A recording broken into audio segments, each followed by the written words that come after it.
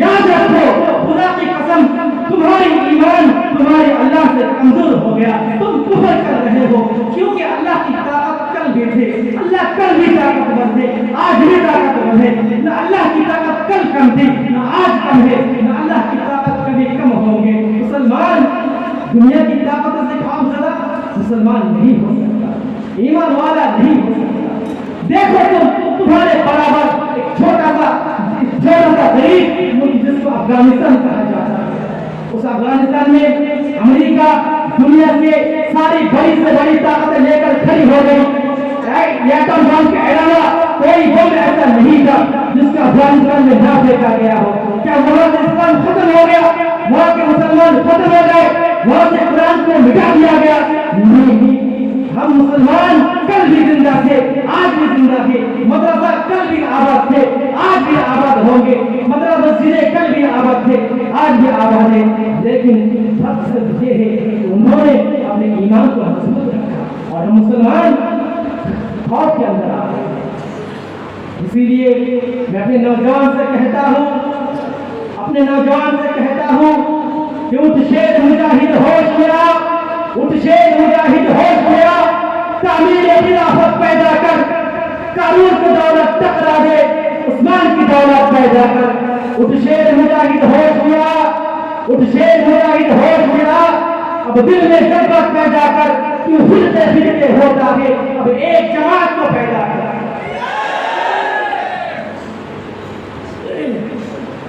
کر تو بھی ترقی دنیا میں، کر تو بھی ترقی دنیا میں، اسباب تجارت پیدا کر، قارون کی دولت ٹکرا دے، قارون کی دولت ٹکرا دے، عثمان کی دولت پیدا کر۔ اسلام کے دم تو بھرتا ہے، اسلام کے دم تو بھرتا ہے، کفار سے پھر کیوں ڈرتا ہے؟ یا تو اسلام کے نام نہ لے یا شوق شہادت پیدا کر، اور دل سے یہ کہہ کر آ، دل سے یہ کہہ کر آ کہ گھبرائے نہ، حالت بدلنے والے ہیں، جو کاٹے بن کر آئے تھے وہ لمحے ٹلنے والے ہیں۔ مظلوموں کی آہوں میں، مظلوموں کی آہوں میں شعلے کی رائے پہنی ہے، یہ چال قبض سے بیٹھے چل ہم سب چھڑنے ڈٹنے والے ہیں۔ طوفان سے ہم کہتے ہیں جتنا ہم سے الجھو گے ہم اور مچلنے والے ہیں۔ نوجوانوں آخر میں ہم لوگوں سے دعا کی درخواست اور گردی باقی ختم کرتا ہوں۔ واقعی دعوانا الحمدللہ رب العالمین۔